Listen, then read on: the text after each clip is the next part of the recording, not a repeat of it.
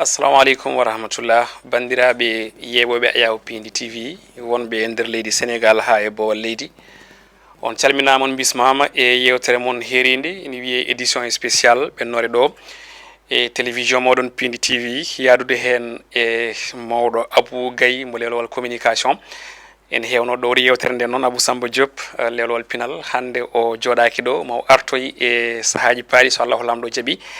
yewtere édition spécial artata koko yewti koye joljole jolɗe e hakkude yontere nde kono kadi e nder yontere nde mbaadi kuuɓal eɗen gandi noon famɗani toɓɓe kewɗe ɗen kuufi ɗum e nder leydi Sénégal ha e caggal leydi haade men natande toɓɓe meɗen en dokkat konngol mawɗo Abou Gaye lelowal mawɗo Abou Gaye lelowal communication tigui foti wonde ɗum noon Seydi Gaye assalamu aleykum. Waaleykum salam wa rahmatullahi taala wa barakatuh Seydi Kebe calmitimama walla Seydi An Seydi An min calmitima min juurimama ko adi fof ko guila julde nde maaro en koccodirani waddude julmumum ɗum noon aɗa yarlo aɗa yaafo Seydi An hakke ala ɗacca hakke ala yen ɓooye yawdirde koye meɗen allahumma rokka en tawede oɗo saaha mo wuuri taweɗen ɓeyden ustaki allahumma yo Allah wallu en kadi kala ko eɗen kaala ɗo yataw no hawra e famamuye e weleya won ɓen en mbawa waddude ko weli ɓe kamɓe fof kono kam yo dañ hen tan kam ko ɓuuri hewde metama ko kaala hen ko metama weli ɗumen taw kay ɓe daña hen nafoore yakar moɓe jogui e kettuki mabɓe fewde e meɗen yataw ene wona kadi ɓuural ɗo mabɓe ɗo sidani allahumma amin a jarama no fewi mawɗo Abou Gaye en beltanimomo musidɓe tedduɓe puɗɗortoɗen koko yewti e jangde eɗen gandi oɗo ñalawma talata hande ina woni ɗiɗi lewru juillet hitande ujunnaje ɗiɗi e nogas e nayyi woni ñalawma ko wiyete ko bac général ɗo e nder leydi Sénégal ko tolni e temedere capanɗe joyyi e jeenayyi ujunere pawɗi temedde nayyi capanɗe jeettati jeeɗiɗi candidat ko ɓen ɗon ne wayno caari e nder leydi ndi kala e kuuɓal ɗum noon mataw ko duwanade sukaɓeɓe on ɗon diplôme natirɗo ko fate banggue universitaire eyyi tigui no mbiɗa ni to banggue jangde sukaɓe ɓe ko hande woni ñalawma mabɓe gadano ko fati e kawguel baccalauréat no mbiruɗa ni fodde temedere capanɗe joyyi e jeenayyi ujunere pawɗi temedde nayyi e capanɗe jeetati e jeeɗiɗi candidat ko kañumen dikki hikka ko fati e baccalauréat o so tawi en jerodiri ɗum e hitande yawtude nde eɗen gandi fodde ujunnaje nayyi e temedde tati capanɗe jeeɗiɗi e jeetati ɓeydima par rapport e 2023 o to banggue candidat ji ɗi kamɓe fof noon eɓe pecci e nder temedde nayyi capanɗe jeetati e jeegom centre d' examen e nder leydi Sénégal kala no didori no so tawi en ƴeewi noon to banggue jury ji ɗi kadi wonande ñawoɓeɓe ko fodde temedde nayyi capanɗe jeenayyi e jeenayyi jury woni ko woodi e nder hen so tawi en ƴeewi hitande yawtude nde e diwan mo Matam elle ko kañum nawnoray so tawi en juuman to banggue kawguel baccalauréat saabu keɓal ngal ujunnaje nogas e tati ɓe jeehi haaɓe dañi capanɗe jeeɗiɗi piccal capanɗe jeenayyi e nder temedere kala wadde e nder temedere kala capanɗe jeenayyi ɓe dañino bac ɗum koto diwan mo Matam to so tawi en ƴeewi diwan mo Ndar o wonno ko capanɗe nayyi e jeetati piccal capanɗe jeenayyi e tati e nder temedere kala wonande dañɓe bac ɓe tawi ko Fatick ko capanɗe nayyi e jeetati e nder temedere kala wadde noon ko duwanade arɓe hikka ɓe kamɓene yo Allah newnanɓe haaɓe mbawa nadde hen e dow jaam ɓe jaltira hen kadi e dow kisal taw kadi ene wona e dow beelamma pittali mabɓe heddi noon ko subaka hande o toon to Casamance to henna ɓe leeli nadde nde tawno ƴiwonde mawde findiniɓe toon e sanga waktuji jeeɗiɗi subaka nde joni nde wonande kabaruji keɓɗen ummorade toon toɓo ngo heewi ha telɓini subaka mabɓe hande o en keɓani noon caggal muɗum est ce que ɓe dañi natoyde kalasuji ɗi waɗoyde examen o walla ala tigui a jarama en mbiya allahumma amin e duuji ɗi mbiyen kadi sukaɓeɓe yooɓe tinno ɓe ndento fraude woni guykali ɗi tricherie yo e ko nandi hen ɓe ɗofto surtout kaɗe ɗe ɗen gandi kala hitande office du bac ina hollira wondene wonko haaɗa nannede e nder kalasuji ɗi ko wayno téléphone portable ko way noon ko way noon hunde ganduɗa nde ina saabo tricherie ene heewi jibinande sukaɓe caɗele e kala e saaha ɗum noon eɗen mbiya yooɓe ɗofta ɗum no fewi kamɓe ɓen ɗon eɗen mbiya kadi aussi bon sens en tout cas yo Allah newnu no mbiruɗa ni toɓɓere nde ndewten hen ko toɓɓere hewde haala yewtade e nder ndeɗo yontere hani e mayirɗe yontere nde woni ko inirɗen juuɗe jamdi hakkude laamu leydi Sénégal eɓe ganduɗa kañumen woni député ji opposition sen mbi député ji opposition noon woni ɓen joguiɓe majorité toon to assemblée nationale hono Benno Bokk Yakar eɗen gandi hono alhaali déclaration de politique générale haalanoma ɗo haaluji keewi ha kanko premier ministre o jabti to banggue bindol o wi wonde so tawi ɗo e balɗe seeɗa hokki assemblée so tawi ɓe deglani ko wiyete ko règlement intérieur on ɗon haw waw arde to assemblée nationale kanko mo yaato université walla boowal ɗo sénégal naaɓe keewi o wat toon déclaration makko de politique générale ɗen juuɗe jamdi noon jibini député ji opposition ɗi caali jaɓɓade mo ganduɗa kam tigi woni jaagoɗo tambide gueɗe faggude ko yowiti e on ɗon débat d' orientation budgétaire beele ɗum ne beele en payani e crise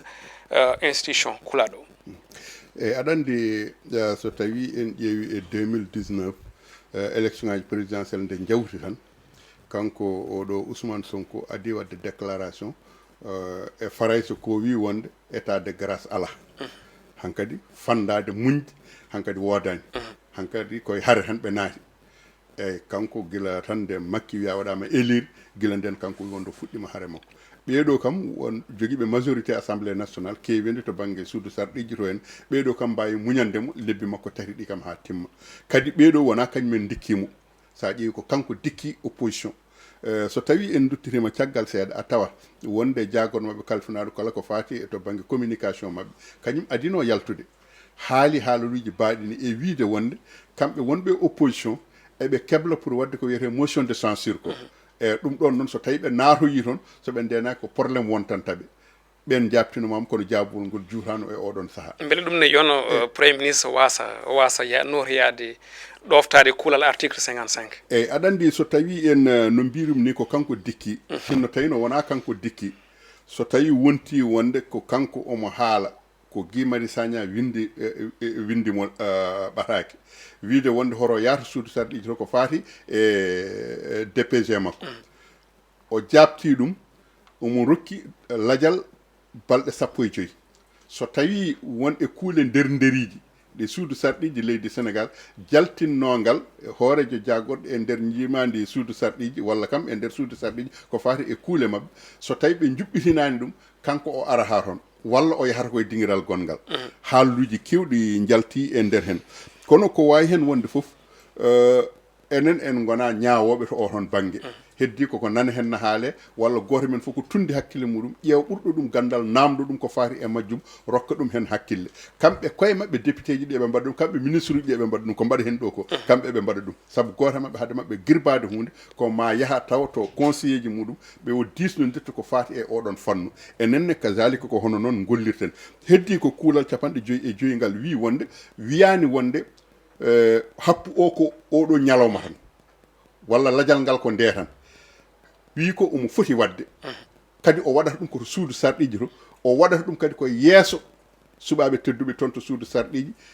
halfinaɓe ko fati e sariyaji ɗiyen to banggue ñawoji woni votoɓe luwaji ɓe koye jeese muɗumen o waɗata ɗum wadde noon gueɗe tati nan ɗon o waɗata ɗum koto suudu sarɗiji to o waɗata ɗum koye yeeso mabɓe o wawa wadde ɗum banggue goɗɗo amnotako eyyi amnotako heddi noon ko wi ko en kamɓe ɓeɗo ne wonɓe opposition so tawi ɓe beelama eɓe mbawi ko wi ko réglude ɗum e nder tawde ɓe mbi wonde ko ala happu wadde ɓe mbawi réglude ɗum e nder ñalawma goto walla e nder balɗe ɗiɗi walla e nder balɗe tati ɓe nattina gueɗal ngal hen kono noon ko ɗeɓe tundude hen hakkillaji yimɓeɓe ko ngal ɗo kuulal ngal ɓe mbi wonde rokkani walla yamirani walla tengtinani hoorejo jagorɗo arde to suudu sarɗiji to en happu naggam e nder balɗe 90 walla e nder balɗe temedere arde toon wadde ko wiyete hollirde guinol golle muɗum ko fati e dawrugol muɗum kuptidingol hay sinno tawi wona ɗum Amadou Ba hono ko ngal ɗo kuulal kufngal mum ko hufno Amadou Ba ko même règlement ko même règlement wadde Amadou Ba yihino toon ndi yihi toon nde kamɓe eɓe goni sarɗiyankoɓe toon to suudu sarɗiji ɗo en hay goto mabɓe haalaji kamɓe heɗɓe hande e lundo ɓe eɓe gonno toon hay goto mabɓe haalani hen joni noon so tawi arti ha ɗo aɗa andi dawriyankoɓe e kala saaha goto mabɓe fof ene yiilo ko teppiri keddi ɗon goto mabɓe fof ene yiilo ko yimɓeɓe kutori ɗum goto mabɓe fof ene yiilo ko hakkillaji yimɓeɓe goniri e muɗum gam wawde yaadude e muɗum e miijo e yiyande nde jogui nde ɗum ko hakkude mabɓe kamɓe dawriyankoɓeɓe wadde noon hande o ko ɓuuri jojjude tan so tawi eɗen kala kanko Ousmane Sonko kanko woni hoorejo jagorɗo ko kanko foti yaade toon heddi noon komo wawno deƴƴude o wasa haalde par ce que mbima wonde deƴƴere ko jaabuwol ɓurgol musde e nder kala namdal gangal e maɗa walla e nder kala haala paaka e maɗa joni noon kanko o taƴanaka happu walla o wiyama yo ar walla o wiyaka yo ar kanko ko kanko haali ko Guimari Sagna haali ko kanko o jaabi Guimari Sagna mami yah kono koye oɗo fannu jarani heddi noon ko tawde kay o fellihi omo yaha yo yatan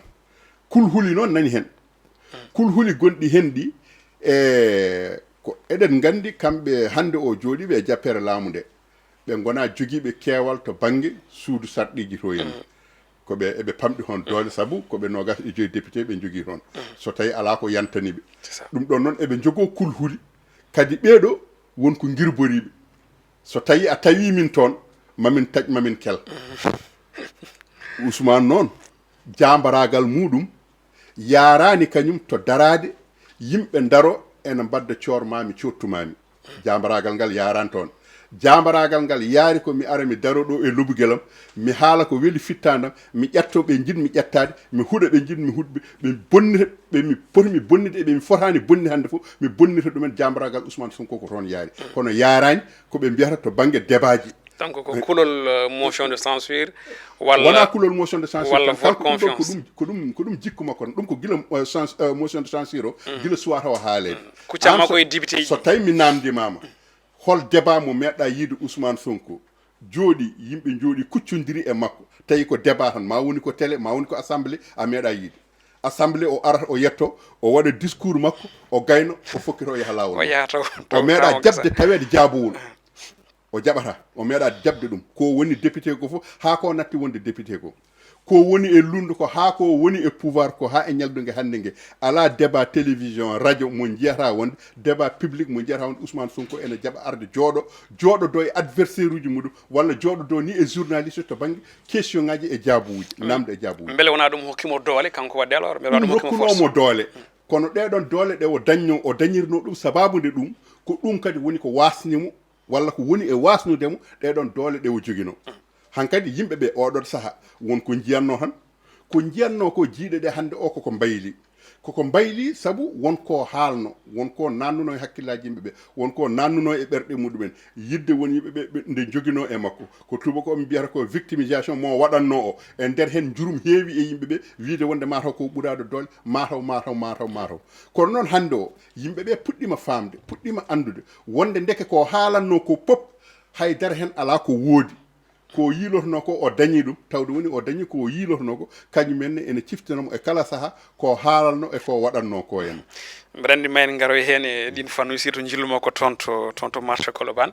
mais koye nde toɓɓere keddotoɗen caggal nde o jabti tawi ko bindol o jabtino ko Guimari Sagna haali joni lettre o kamɓe député ji opposition woni coalition Yewwi Askane Wi calima jaɓɓade ministre kalifinaɗo ko fate banggue ko wiyete ha joni budget woni ko fate banggue ngaalu leydi ndi woni débat d' orientation budgétaire ɓen ɗon mbitade woni o wi o arani toon waɗa déclaration politique générale kañumen en jaɓɓotako ministre makko joni noon beele no mbimi ni wonani crise institution Sénégal fayi crise o fuɗɗima ɗo wona ɗo ko hen wona kanko to wi wonde omo waɗoya déclaration makko de politique générale ministre uji wonɓe e jimadi makko ɗi yoɓe jaaton ɓe mbaɗoya toon débat d' orientation budgétaire mabɓe ɓe ƴeewa holɓe ɓe kaldata toon e holɓe ɓe jabodirta toon par ce que ɓeɗo wonɓe e opposition hande o par ce que nde keɗiɗen Abdou Mbow kañum wi wonde ko so tawi o arani to suudu sarɗiji to en ɓe kuccodiri e makko haɓe gayni hay ministre goto gonɗo e jimadi makko ara ha toon ɓe udditana ɗum damuɗe assemblée nationale koɓe udduɓe damuɗe ɗe hande o eɓe coki ɗum ko kamɓe jogui coktirgal so tawi woni kay kanko o arani toon hay ministre goto ɓe jaɓɓota ko ɗon wadde kay en gandi teppol ari teppol noon so tawi ari leydi ndi fayata koye crise mo fayata o kamɓe fof ala maɓe tinowo ɗum wona kamɓe wonɓe au pouvoir woni ministre ji woni député ji muɗum wona kamɓe wonɓe opposition woni député ji maɓɓe woni yimɓe maɓɓe homme d'affaire uji maɓɓe ko nandi hen ɓurata tinde caɗele ɗe ko miskineɓe rewɓe caggal maɓɓe ɓe walla ɓurata tinde caɗele ɗe ko miskineɓe gandanɗa hoore maɗa kañumen ko ma dawa nde daña ko kaciri ma pecca nangue nde daña ko gotti ma kirdo nde daña ko kirti ɓeɗon ko ɓeɗon ɓurata lorlude e nder hen heddi noon ko kamɓe fof hande o ɓe ƴewata ɓeɗon goto maɓɓe fof ƴewata ko position muɗum tawi koto banggue politique to banggue politique Ousmane Sonko wonko yeeyannoɓe hande o kamɓe Ousmane ɗo hernoɗo ko kamɓe kettiɗon Ousmane hettiɗoɓe kernoɗo hunde wenciri eyyi hunde nde wenciti wadde noon maɓe gandin Ousmane ɗo heedi ɗo kamɓe ɓe keedino ɗon ko wiyannoɓe ko Ousmane yi ko ɓuri ɗum nan toon taw noon yi ko ɓuri ɗum nan toon kamɓe maɓe daro ɓe ƴañodira e makko wecco ƴañodirde e makko wecco nde ala fof ɗo wawi yaade hande o ɗon ɗo mois de septembre on mayani so wona o arta e maɓɓe kala ko omo waɗa o welnoɓe kala ko omo waɗa o disnodira e maɓɓe ko ɗum woni ko nafata leydi ndi ko kanko Ousmane o wasa tidde ñiire o wasa ƴewde ɗo wonno hanki ɗo to banggue popularité mo joguino hanki o keewede sukaɓe rewɓe e makko ene gulla jamma e ñalawma ɓe hande o hoto ƴeew ɗum yo andu o natti wonde e ngal ɗon jaɓɓal o natti hedde e ngoɗon sengo e hetti koye sengo wongo ngo o hetti ngo kanko o heedi koye moƴƴinde o heedi koye fewnude so tawi noon won goɗɗo keɗɗo e sengo bonnidde e bonnude e seyfidde kanko hoto abboye muɗum saabu so tawi o abbima e muɗum kala ko boni ko kanko bonirte en tout cas eɗen mbawno ɓeydude hen kulhuli oɗo crise ne wawi jibinde pusgu assemblée nationale haysin tawi won haqqilanteɓe kolliti wonde amnotako so wona e lewru janvier 2025 kono kam kulhuli ene goodi oɗo saaha kono en jewtan nden toɓɓere paaɗen koye alhaali mataw pittugol mbiyammi walla gueguirgol yimɓe ɓe ganduɗa ɓe ko wertoɓe e laabi e jeereji mawɗi ɗi ha tengtiɗo e Dakar e woni diwanuji mawɗi en jiiɗi dumunaji kala préfet ji e mairie ji hani ministre de l'intérieur gummanima ɗum caggal muɗum noon kanko hoore jagorɗo kadi Ousmane Sonko e oɗo alet jawtuɗo o yeehi to Colobane woodi noon ko haali toon caggal nde waɗi drainer foule woni nde yimɓe keedi yeeso ɓe gardi ɓe cawdi woodi ko haali o wi wonde ni kanko ko wone waɗede ko woni déguerpissement on ɗon e marché ji ɗi o wona tinɗo ɗum o tinani ɗum noon ko maire gonɗo toon o maire noon ko maire Taxaw woni parti Khalifa Sall toon to Colobane e ministre de l'intérieur e gouverneur en walla e préfet gone wadde ɗum donc noon ɗum ɗon woni ko haawi yimɓeɓe hadema arde ɗum elle Ousmane Sonko woodi ko heeɓi woni fin marquant baɗɗo e on ɗon meeting walla e ɗen jewteɗe o wanno so wulledemo toon tawi ko jamanu mo wonno e drende o ɗum holno mbawɗa jangguirande hen bandiraɓe aɗa andi Ousmane Sonko mi haalino ɗo mbimi kanko to banggue communication makko ene manki ma woni o respectani conseil ji makko de communication o respectani ɗumen o ɗowtaki ɗumen ma woni conseiller ji makko ni to banggue hakkillantagal to banggue konnguli o ɗoftaki ɗumen ma woni kanko ko kongu o wondi ha o sikka ma toon neɗɗo fof ko kanko daɗi kanko ɓuuri kanko wawi kanko foti ɗeɗo gueɗe tati so tawi ngala e makko o fotani wadde ko waɗi ko so tawi eɗe e makko e kala saaha jaltal makko fof waɗata erreraji eɗen gandi wonde o yaltuno ɗo kadi o wi wonde manifestation ngaji mbaɗi e won e neɗɗo maɓɓe goto ƴettotonoɗo ɗo ene juriste uji ɗi wonde so tawi nanggani Bah Diakhaté maw ƴetto yummiramen maw ƴetto babiramen maw waɗa ɗum ni Assane Bou Sonko eyyi oɗon nangga on de nanggande o wi kadi kanko Ousmane Sonko kanko yalti o wi jaagoɗo kalfinaɗo ko fewti e ñawoji noddimo wimo wonde e oɗo jaggaɗo ɗo de ko yimɓe maɗa jeeya joni noon holno mbaɗen o wi ɗum mbimom yo wat golle mum ɗum wonno ko toon to grand théâtre jaltal makko aɗa andi ɗum ɗo joni ko musiba to banggue communication o fotani haalde ɗum on hay sinno wimo noon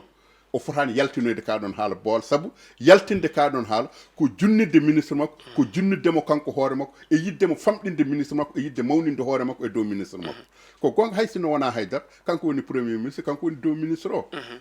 so tawi noon wonti ko mawo haalande yimɓeɓe ganda ko kanko woni dow ministre o e ɗum ɗon ko jumre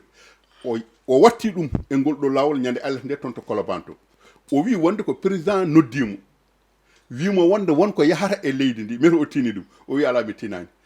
tinmi ɗum tan koye médiaji ɗi ko ɗum amnorto par ce que kala toɓɓe batteɗe nder leydi yewte koto conseil des ministres aɗa andi haala ka ko fate banggue on ɗon note circulaire mbo ministre de l'intérieur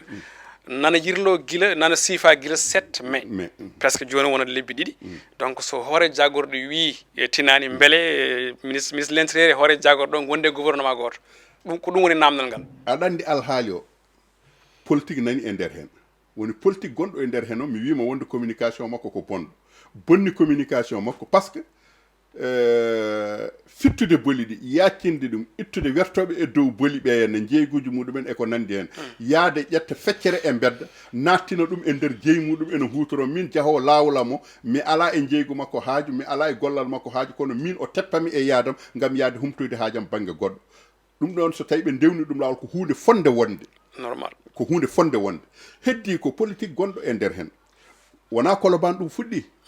wona adori ko Keur Massar Bilali Diatta kañum woni toon maire Bilali Diatta holmo wondi woni koye landa Pastef wondi koye Pastef est ce que kanko Bilali Diatta nde waɗi ɗum nde waɗi honde ene haɓa e Keur Massar naɓe yimɓe ene ƴettomo kanko oɗo Ousmane Sonko premier ministre ene ƴetto président de la république tawi ko kanko saabi ɗum ko Bilali Diatta saabi ɗum est ce que nden won nanɗomo hay goto nanani mo waɗi to Tengguej hay goto nanani mo waɗi to Colobane gani o ara gani par ce que ko yidde wiide wonde ko waɗa ɗo ko kamɓe ɓe ngala hen o yiɗi ɓakkude ɗum e dow tahowo Sénégal mo yiɗi ɓakkude ɗum o par ce que Barthélémy Dias kañum woni maire de la ville de Dakar par ce que ɓe goni koye less jimani Barthélémy Dias ko yidde wiide bonande waɗi hende ɗo henna nde ko Barthélémy Dias ko kañum woni gardiɗo bonande nde ɗon par ce que ko ɗum ɗon noon wona noon foti wonirde ministre woni jagorɗo ala ko wawi wadde hay abbere ko hoorejo jagorɗe tinani yamirani ko président de la république yamirani tinani wawa wonde ko ɗum cikkuɗen de eyyi ɗum foti wonde heddi ko so tawi woni ministre ƴetti hunde waɗi ko foti dani e caɗele baɗe ni guɗali poɗɗi dani président ene ƴette premier ministre ene ƴette ɓe ndiwani ɗum eɓe goppi ɗum e nder mabɓe o ruttima kanko o haali ko ministre o démissionnani min jiyanmi wonde ko jasere ministre o e yidde ɗum ɗo woni ɗo nani e nder hen par ce que dañal gongal hen e gartam gonɗam hen kono so tawi wona ɗum min a tottata kam responsabilité ha mi gayna kalfina kam hunde ha mi gayna mi waɗa ɗum jiiɗa ƴettude fenade e musibaji aɗa fawa e dow hooram ɗum min mi jaɓantama ɗum ko jiɗɗa foof noon gona kono min kam mi jaɓantama ɗum min e to banggue hooram heddi noon ko haali ko hunde nde ganduɗa hoorema ko ɗum erreur mawɗo fotani wonde conseil de ministre uji en keɗima maire Colobane Fass Gueule Tapée en keɗimamo Abdou Paye o wi wonde ko kanko hoore makko kanko maire o e hoore makko premier ministre ne ara ɗon arata koye commune makko omo foti tinde o wi wonde ko o tintinaka ko ma premier ministre ari woodi nodduɗomo wimo an kam hoto gonɗa meta tinani premier ministre nani e commune ma o wi wonde ala mi tinani kono mbaɗa woɗɗi kono ɗum foye waade noon mbaɗen force mi ƴeew so tawi mami ara guilo ummaki ɗon kanko maire o nde o ari nde o wi wonde ɓe mbarmo ɓe mbi wonde o yettotako et pourtant commissaire o nana dari commandant gendarmerie nana dari kamɓe fof ɓe gandi ko kanko woni ɗon maire o kono ɓe kan mo yettaki e ɗum noon gam ɗum jaa koye alhaali protocolaire eyyi koye alhaali protocolaire so tawi poɗɗo arde o paraɗo so ari hen kinin hay sinno ko président de la république ari naata hankadi naata kono kañum est ce que min cikkirimi oɗo saaha beele rupture kalertonoɗo woni wayloji e laamuji gonnoɗo ɗo ɗi e kesnguji jiidata e saaha goto beele wona on rupture woni ɗo alors hankkadin so ministre ara hay sinno koye commune ma arata kañum waɗaka tintinde maire walla waɗaka tintinde goɗɗo arat tan sama e dow moɗon ara waɗa ko addi ɗum ko beele wona on rupture laamu kesngu woni husata ɗo cikkuɗo eyyi waylo kam waɗi heddi ko meta waylo baɗɗo ko waylo poɗɗo wadde walla mo yimɓeɓe ɗaminino meta ko on waɗi walla ala waylo baɗɗo ko ministre wadde hunde premier ministre e président mbiya tinani ko ministre waɗi ko jamirani ɗum ko waylo meeɗa wadde ko Sénégal heeɓi jeytare muɗum fewde ñallangal hande ɗum watti wadde waylo baɗɗo ko ministre ummade déplace o e nder département e nder région goɗɗo walla eɗo wawi wonde fof tawi autorité ji laamu gonɗi ɗon ɗi tindani garangal makko ɗon par ce que ko kañumen goni jaatiɓe ko kañumen jaɓɓoto kañumen mbaɗata mobilisation ngaji kañumen mbaɗata fof so tawi noon woni min mbaɗa ara e nder galle maɗa mi tintinanima garangalam e nder galle maɗa kala ko heeɓimi hen ko min woni responsable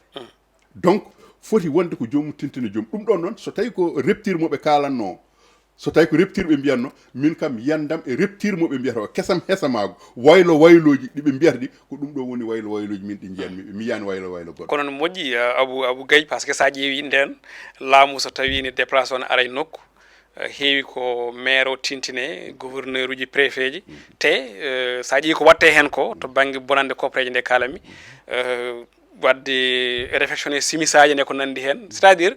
ko protocole o heewat walla mi wiya folklore o heewat te folklore o fof jibin ɗum kadi ko yaltinata ko dépense état beele hen banggue rupture o aussi moƴƴani leydi ndi aɗa andi dépense jaltinteɗo on so tawi ɓe mbaɗi koko yaltata so ɓe mbaɗani koko yaltata manam ko mbiɗa ɗo joni ko déplacement ministre so tawi omo déplace o yaade e nokku woni protocole o ko waɗete hen to banggue folklore aji e ko nandi hen ɗum ɗon ko budget muɗum woodi koko jooɗi soɓe kutorima ɗum soɓe kutoraki ɗum en ɗoɓe poti wadde ɗum ɗo budget o yaltinira ɗo budget o ɓetira ɗo so tawi ɓe jaltinirani ɗum ɗon budget o kam ko jooɗi heddo kay ko hirande maaya ɓe ƴetta budget oɗo ɓe nattina e jiifaji mabɓe walla kono koko ɓeta eyyi ɗum kam ko hunde wonde kadi heddi ko neɗɗo no wawi siforade foof so tawi woni an aɗa ara e nokku wonɓe mbaɗɗa ɗon e nokku o wonko ndesduɗaɓe wonko kalfinɗaɓe wonko jopaniɗaɓe ene moƴƴi so tawi aɗa ara ɓe mbiyaɓe mbaɗani ara e nokku tel so tawi ene sohli nokku o yaccine sa ari ko wawi waɗede ɗon e golle foof tawa aɗa wawa yiidude ɗum ɓe mbaɗa ɗum gila a suwa arde so tawi ene mohi responsable uji wonɓe ɗon ɓe so tawi a ari aɗa foti yiide ɗumen aɗa foti dardade muɗumen ɓeɗon keble gara saabu kanko garɗo wona ayi won dariɓe ene ƴetto en jii hen gulali o wowno ko hellanede o jaɓɓore bawɗi e buubaji e juñungaji ngol ɗo lawol o jaɓɓora ko ƴattoje e kuddi e dowuji e wiide wonde jamfima min ƴeeɓotoɗo iwito faati gayni ko ɗum woni ko jaɓɓora ɗon kono haɗani e nder hen wona won dariɓe omo haalda e muɗumen ene keeɗi omo wiya ɗumen ko ni ɓeɗon ko heblaɓe kala ɗo jiiɗa ala ko hande o e Sénégal ala ko wawi yaade ɗo henna ko politique natani e nder muɗum heddi noon ko min mbaɗa wawi darade joguimi ko caméra am walla joguimi ko téléphone am portable mbaɗa film ɗo yimɓe ɗiɗo daro saram ene gulla ene ƴetto an kaalowo to o haala maɗa nani haake no fewi ko gulali sawdiɓe ɓe ƴettoje muɗumen ɗum woni ko yaltat taw koɓe ɗiɗo hat taw to en temedere neɗɗo nan to dari donc ɗum ɗon ala ko wawa e nder muɗum heddi noon ko kamɓe yahoɓe ɓe woni kanko yo woni goɗɗo yo gila dawa dawi ha ɗo yarata ha ko fayi arde président kala ɗo ene yaaha commune o maire o ene foti tintinede saabu ko teddugal muɗum ene foti teddinirede ɗum kanko sous préfet o omo foti tinde kanko préfet o omo foti tinde gouverneur e équipe muɗum ene foti tinde ha yettoɗo ɗum oɗo haali fuɗɗo yettade eyyi goto men fof ene foti tintinede wonde aha enen de mawɗo meɗen koko arata ɗo enen foti jaɓɓade ɗum saabu so tawi on tintinaka son jaɓɓakima holko wawi wiide on wawi wiide on mataw ko joguiɗen ko premier ministre joom sembe super puissant donc alay saago yimɓe jaɓa ɗum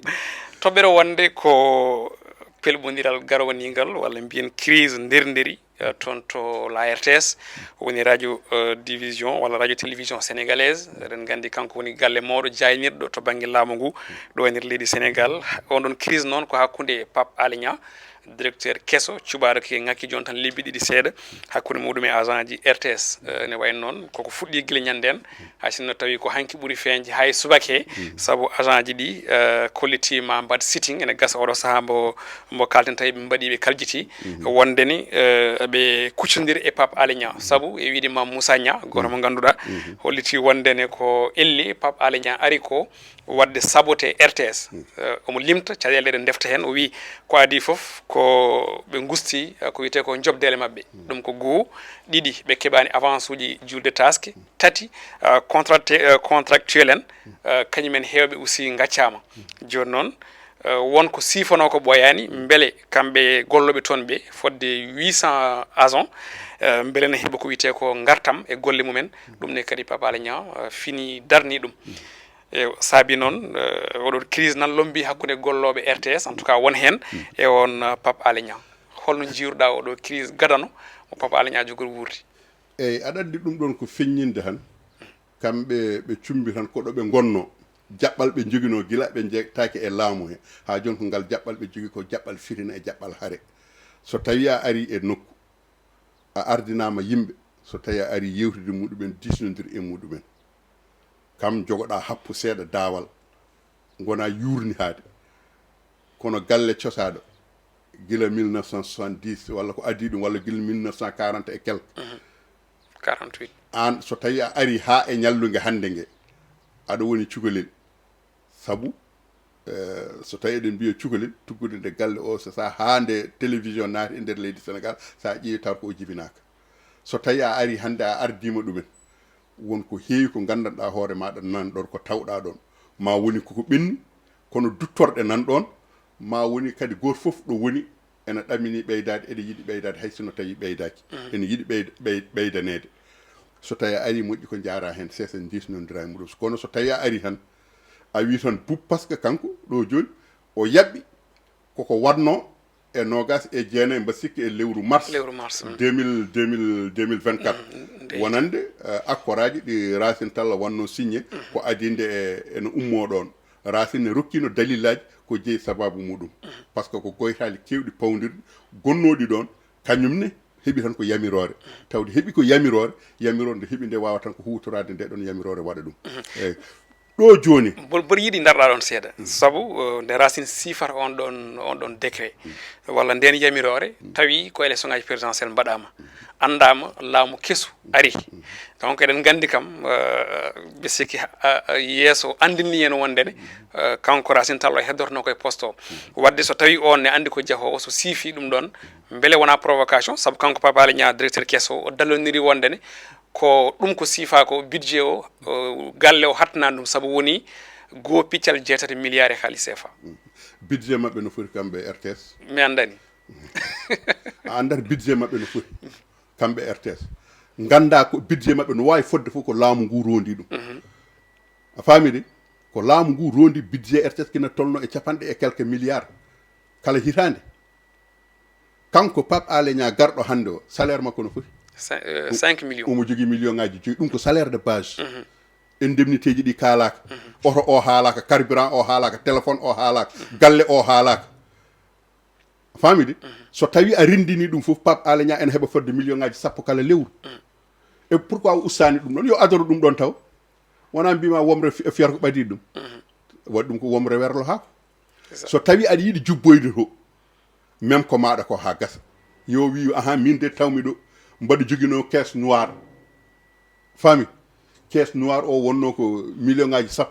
mi isti hen million no Ceerno Alassane Sall wanno nde ari nde wi wonde salaire muɗum ko temps wonno kañum watti ɗum naggam dayri ko yo adoro hoore makko yo adoro hoore makko ko même agent ji ɗi taw omo même agent ji ɗi so tawi omo yiiɗi fiide ɗumen kono kay wona kanko yo ƴañ ko makko ko o ɓagga o waɗa heɗɗa o hawa gayna o ruttito e muɗumen e wiide wonde ko keɓanno e avance julde ko ujunnaje nogas o momti ha laaɓi ceer ko keɓanno e téléphone aji o momti ha laaɓi ceer ko keɓanno e carburant aji o momti ha laaɓi ceer ala ko woppi ko wiide tan mi momti mataw woni ko wawana tan ko embauché ji wonɓe ɗon ɓe tawde kay o yii haw wi wonde hankkadi joguiɓe contrat ji ɓe e prestataire uji ɗi kañumen foof ko pittowo so fittima o adda ɗon woɗɗo alay sago joni noon ko wonɓe ɗon ɓe alay sago mi ittata ɓeeɗo mi adda min yimɓam mi waɗa ɗon ɗum hay goto haɗaka ɗum kadi hay goto wawa salanade mo ɗum kono noon yo waɗ maslaha Boucar seeɗa hamme seeɗa o wasa ittude ha laaɓa heddi noon ko tawri ɓeeɗo ko o woppira ɗumen walla kam o wiya kam yo usti kono han wiide wonde ala ɗum hay sinno tawi Racine nde waɗata nde ko gonga yimɓe fof ene gandi wonɗin postoji kamɓe ɓeeɗo nde ɓe gari nde ɓe goppirtaɓe ɗum yimɓe fof ene gandi jomumen ko yahoɓe wonɓe ɗon ɓe ene gandi koko jahra kamɓe ɓe cuwa arde ɓe ene gandi ɓeeɗo ko yahoɓe kono kay heddi kay ko kanko ko Racine ko waɗi ko loi rokki ɗum saabu so tawi loi rokkanomo o suusa wadde ɗum heddo noon ko nde waɗi ɗum nde kam hankkadi hakkillaji e ɓerɗe ñawat wondi ko saaha mo waɗi ɗum o yimɓeɓe jejjittu wonde ko loi rokkimo ɗum jiira tan hankkadi ko omono yaha tawde ko omono yaha o waɗa ɗum ɗo tawa garowo o so tawi aroyi ala ko wawi hen walla so tawi memi ene jogui ɓe sippiri ko wona kanko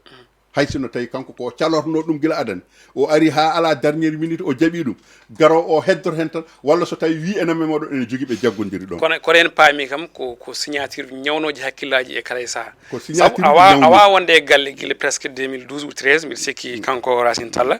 ha nde iwi ɗo henne nde guila nden a waɗani ko way noon ene heddi balɗe seeɗa aɗa yaaha et puis ciññina ko way noon firti ɗiɓade comme no genre sabotage ni so ari o itti omo jogui ɓe o haaldata so ittani onon wonɓe ɗo ɓe on malama eyyi ko ɗum woni ko mbimam ko kanko Racine hay sinno tawi loi ene rokkimo wadde ko waɗi ko saria rokkimo wadde ko waɗi ko e nde waɗi ɗum nde ene ñawna hakkillaji e ɓerɗe ko noon mbimi ene ñawna hakkillaji e ɓerɗe c'est ça eyyi ɗum ɗon noon so tawi o waɗi noon o waɗi ko foti wadde kono ko foti wadde ko o leeli ɗum wadde c'est ça woni no mbiɗen ni mami wat garɗo o so tawi memi ene jogui ɓe sippiri so tawi memani wona beele mo jomum wona hunde wona wajiɓe malama eyyi ko noon a jarama Abou Gaye jalten leydi Sénégal payen to hoddiɓe to rewa won leydi Mauritanie eɗen gandi aset ɓe nodɗo kamɓene ɓe gonno koye sumgoji présidentiel mo ganduɗa ko biteɗo hoorejo leydi mabɓe ndi hono Mohamed Cheikhul Ghazouani ene huccidiranno e candidat ji jeegom tawi ine hen candidat ɓurɗo mantinade e opposition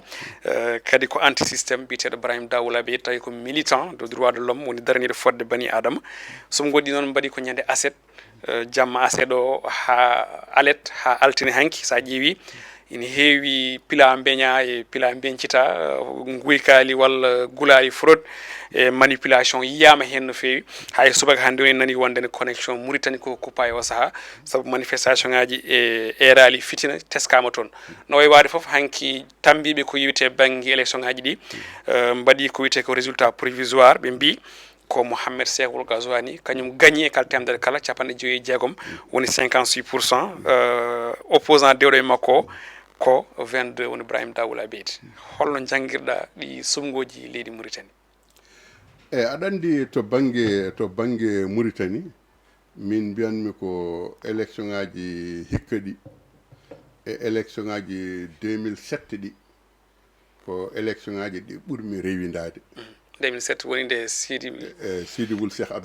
Abdallah nde arata de d'ailleurs mi sikko nden woni élection ngaji lawɗinaɗi e nder leydi lawɗinaɗi bon eɓe mbiya ni Mauritanie lawɗinade ko gila 91 nde bilti participant ari hon e jeehi élection ngaji mataw 92 walla 93 eko nandi hen kono noon ɗum ɗon fof so tawi ƴeewama e oɗon saaha ene gasa tawa ɗiɗon élection ngaji e ɗiɗon parti ji gona qimanoɗi no fewi to banggue population Mauritanie nde tawno ɓe gowani ɗum ɓe ganduɗa e tengti to banggue civil en woni présentoɓe candidat par ce que nen ko militaire tan garanno gona candidat ji pingaño mais oɗo en ji wonani militaire leydi ndi ko leydi militaire uji wonno ko laamu militaire uji wonno donc kala mennoɗo ɓornade teni hankkadi so tawi tan a woni candidat yiiratake wonde an aɗa foti yiilade walla a fotani yiilade yiirete tan oɗo ko militaire wonno walla yiirete tan oɗo ko militaire par ce que Sidi Wul Cheikh Abdallah ko civil ni wonno kono wiyatano ko candidat militaire uji kono yimɓe fof jii holto wattini e ɗiɗo élection ngaji ni min mbiyanmi ko ɗi goni élection ngaji koɓe mbiyata élection ngaji libre et démocratie to banggue déroulement woni to banggue woni jaɓɓal ngal yaari jaɓɓal ngal ala fitina en nanani to banggue riwintoɓe suɓgoji woni observateur uji nationaux ji internationaux ji en nanani hen taw hay goto e rapport aji muɗum walla e communiqué ji muɗum wiide wonde ɗum ɗo ene fonno wonde wonani walla rewani lawol walla ko nandi hen en nanani taw en ganda noon kono noon kam eɗen gandi suɓgoji ɗiɗo e waktu biyanoɗo ene uddita irnuji o ko on waktu udditi to banggue matériel hay goto ala ɗo nanɗen wonde e nokku wiyama wonde matériel muɗum arani ala ɗo nanɗen bulletin de vote ena manki ala ɗo nana ala ɗo nanɗen ne kadi électeur uji transfert ama électeur uji guittama ɗo nawama to ɗum ɗo fof ala hen ɗo nana wadde noon ko heddi ko haala politique heddi e nder hen ko haala militant ji walla ko haala candidat ji keddi e nder hen walla ni ɓuuri hewde kam ko haala militant ji e candidat ji haala militant ji e candidat ji ɓurɓe hen hewde ko haala Birom Da e militant ji muɗum eyyi heddiɓe kam presque ko ubbaɓe ni heddi noon ko élection ngaji ɗi gari ha ɗo ñande dimanche nde rokkirama no mbiruɗa ni Mohamed Cheikh Al Ghazouani rokkama 56%, 56,10%. So tawi en ƴeewi kamɓe Mauritanie naɓe gila ñalawma o nde yeehi hankkadi ha midi yoni no ɗo wayni han tonne ko noon way ɓe puɗɗi distribuide résultat ji kaari gañum to kaari gañum ga ɓe totta résultat ji woni manipulation eyyi ɗum koye manipulation wawi contede kono eɗen gandi Mauritanie en keeɓi communiqué wonde wawi siinude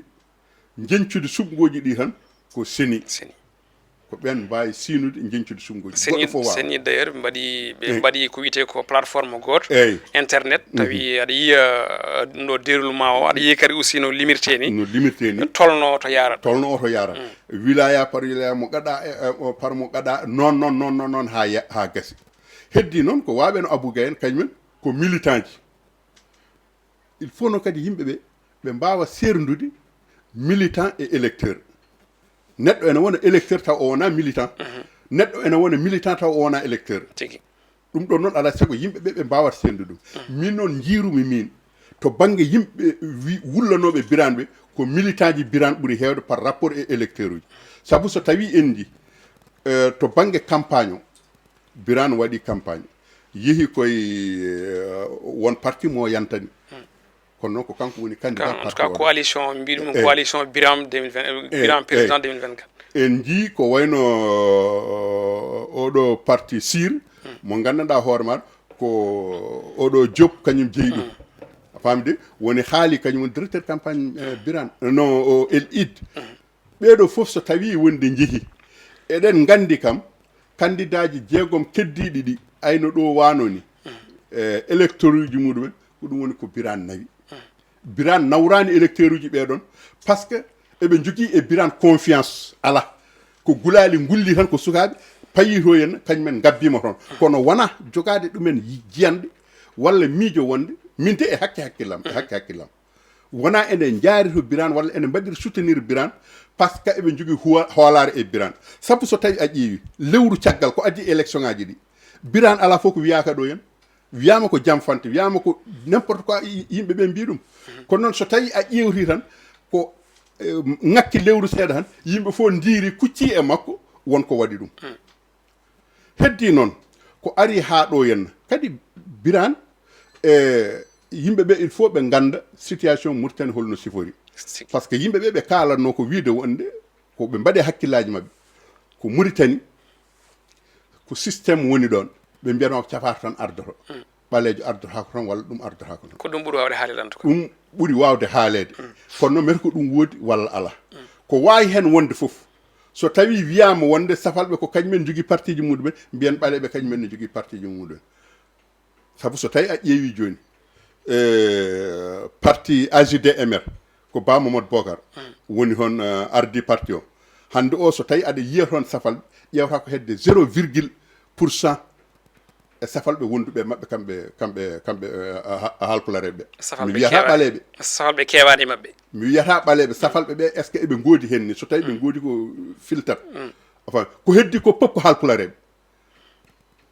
parti Ba Mamadou Bocar so tawi a ƴeewi el id la même chose ko hono noon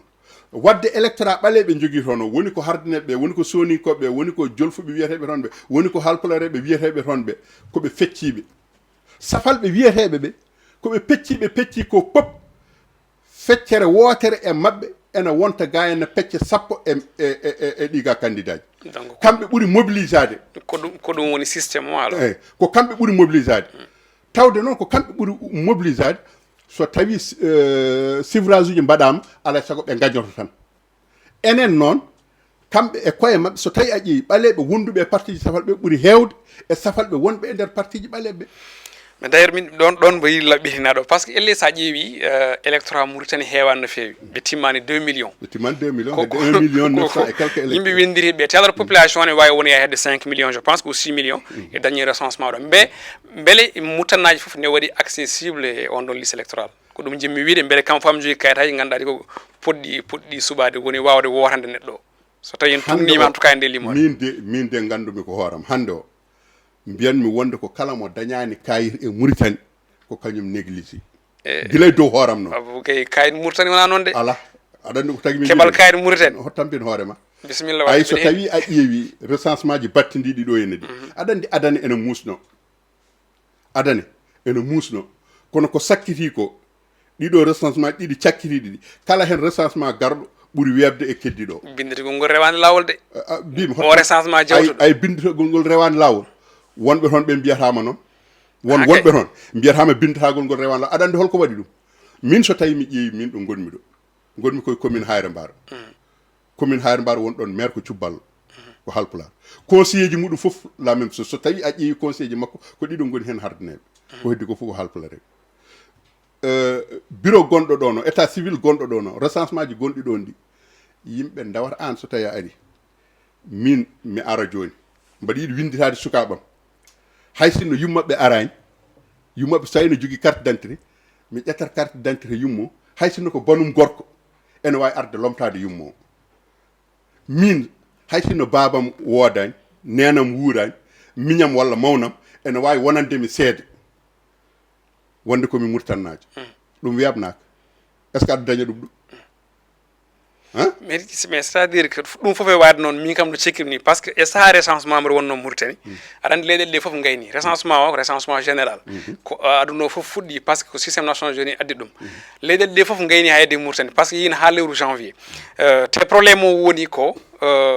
no waɗirte ni ko systéme o waɗata rejeté certaines yimɓe c'est à dire que oɗo diwan wona fof nannete systéme o so nannama systéme o waɗa rejeté par ce que Mauritanie ne jaggi ha joni eno pamiri min won certaines yimɓe won certaines guri ɓaleeji wona Mauritanie ɗum aussi mi sikki ko hunde fonde ƴeerede par ce que ɗum ne layi ha yetti e bindirgol e heɓde carte d' identité taw haade ma heɓde carte électeur ay an no pamrata ay kala ko jiiɗa ɗum wona Mauritanie hen nde wiyande yimɓe ɓe notota ko nden jooɗo hoko ala dernière minute donc an ɗo probléme joguiɗa jopiɗa tan ko ɓesguli ko ɓesguli ɓen belsini muɗumen woni mbimam ko gila e dow hooram min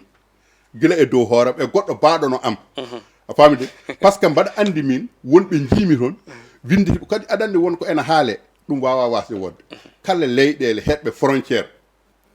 99,99% ko joguiɓe double nationalité ça c'est sûr surtout hakkude Sénégal e Mauritanie wona Sénégal e Mauritanie tan ya Sénégal e Guinée Bissau bimi surtout hakkude ya Sénégal e Guinée Bissau ya Sénégal e Mali ya Mali e Burkina ya Mauritanie hen banggue e Mali walla jaaha Congo walla jaaha Mauritanie hen banggue e Sahara c'est à dire kala ɗo jaaɗa heedondirɓe frontiére fof ko noon mbayi par ce que jomumen ndesodirtu jibdidintu kayitaji ɗi koko piltodirta donc kala hen heɗɓe e pouvoir ene mbebnana ɓe kayitaji par ce que sohlude électorat muɗumen ɗum ɗon hay goto wawa ɗum riwrude hay goto wawa ɗum hadde heddo noon ene wawi riwtede dow kono less o kam ɗum wawa iwde wawa firtade heddi noon ko wiyete bindiragol ngol min mbimi wonde ko won e yimɓeɓe koye muɗumen ngol aɗa andi ɗo henna e Dakar ala bureau de vote bureau de vote c'est Mauritanie si non ala mbiyannomi parce que il faut jomumen jaaha Gambie ɓe mbi holko waɗi ɗum bon ko sikkude mataw électorat certaine candidat ji ko ɗo ɓuuri hewde ala wona gonga waɗi ɗum ko temedere e Mauritanie naɓe nani ɗo henna hen capanɗe jeetato e jeenayo ha capanɗe jeenayo ganda ambassade Mauritanie ɗo woni ko probléme moƴƴi kay ko so tawi a ari an ka étranger e leydi ambassade consulat ma no woni ɗon so tawi a ari ya ha toon recense ɗa e registre ambassade gonɗo ɗo no ɓe ganda neɗɗo mabɓe naahi leydi ndi ɓe ganda nombre étranger ji walla nombre yimɓe mabɓe arɓe e nder ndiɗon leydi ɓe ganda ɗumen no ɓe poti e oɗon saaha so tawi kotaji afandi bureau de vote uji ene jaltine wiya aha Sénégal ene jogui tel de personne nan toon ko Mauritanie naɓe ko toon goni donc alay sago ɓe nawane irne alay sago ɓe nawane irne ɗum ɗon noon so tawi wodani holno jomumen mbaɗa enen gara tan uddita ɗo bureau tan e hendu en tout cas enen e ko nanten en haale mbi wonde sa yino mbaɗama Gambie par ce que ko toon safal woɗe ɓuuri hewde ɗum kam ko haala woni ɗon mi anda mbimi ɗum wona gonga ɗum ko haala wonɓen kono min mbaɗa andi min ɓe gandumi Mauritanie naɓe nanɗo Mauritanie naɓe nanɗo no mbayno leydi ha wayno koche kono mbimami wonde ala e mabɓe ganduɗo ambassade Mauritanie ɗo woni ala e mabɓe ganduɗo ɗum ɗo woni hay goto mabɓe ala toon haaji ɗum ko waɗi noon ko ɓadogol leyɗele ɗe waɗi wona ɓadogol leyɗele ɗe ko jomumen ngala hen haaji ayɗan ɗo joni sa tawi ƴeewi Sénégal naɓe eɓe no Mauritanie haaɓe mbi muccete wonɓe gandanɗa hoore maɗo nan toon ganda ambassade Sénégal ɗo ene wayno leydi kono noon ko ɓuuri hewde e mabɓe ene gandi ambassade Sénégal nan toon aɗa andi holko waɗi ɗum par ce que ene jogui toon association ressortissant ji sénégalais wonɓe Mauritanie Sénégal naɓe kala ɗo jaari mbaɗa créé association ressortissant ji Sénégal naɓe wonɓe e nder ndiɗon leydi soɓe ɗiɗo soɓe tata soɓe joyo ɓe jaaha ambassade ɓe tottira adresse mabɓe tottira numéro uji mabɓe ɓe ƴetta adresse ambassade ɓe ƴetta numéro uji jomumen kala ko kewi communication nana hakkude muɗumen ɗo henna nana ha ɗo association ressortissant ji Mauritanie naɓe wonɓe ɗo henna e Sénégal tigui en tout cas nanɗon wadde en paami a jarama Abou Gaye yewtere nde ari ha ɗo en jarnima no fewi min dokkuma konngol mbayni ko mbaynoɗa bandiraɓe eyyi a jarama no fewi Seydi Anne mi ɗeɓino hulde to banggue namde ɗe nde tawno gandal ngal wona peɗɗitingal mataw ko jor guitalago tan e welde ɗemgal kono ko mawɗum alhamdulillah eɗen jogui yakne kadi yimɓeɓe mataw wonko kalɗen ko ganduɗa hono eɓe pota dañde hen nafoore walla belemma ko heddi ko yidde rendude tan belemma e bandiraɓe meɗen ɓe gandanɗa hoore maɗa ena jeeɓa en e Pindi TV e kala saaha rendude mabɓe beelamma e weltinirdeɓe nde ɗo yewtere heerin nde ganduɗa hoore ma eɗen mbiya ɗum édition spéciale yadata koye joljole rendo e kala ko kewi en no kewiri foof koye oɗon saaha tan jooɗe he yimɓe ƴeewa rippude hen e wostodirde hen miijoji bandiraɓe kala ɗo goni e kuuɓal kamɓe fof eɓen ndende eɓe beltine e nder hen. jarama en beltanimama no fewi kanko mawɗo Abou Gueye lewlowal communication lewlowal gongal ma ar ko lewlowal pinal so Allah jaaɓi e yewtere fande Allah jarama on jarama en jetti technicien ji meɗen Djiby Dieng to banggue caméra ji ko noon ne Ari Fall e montage yo en gone jaam.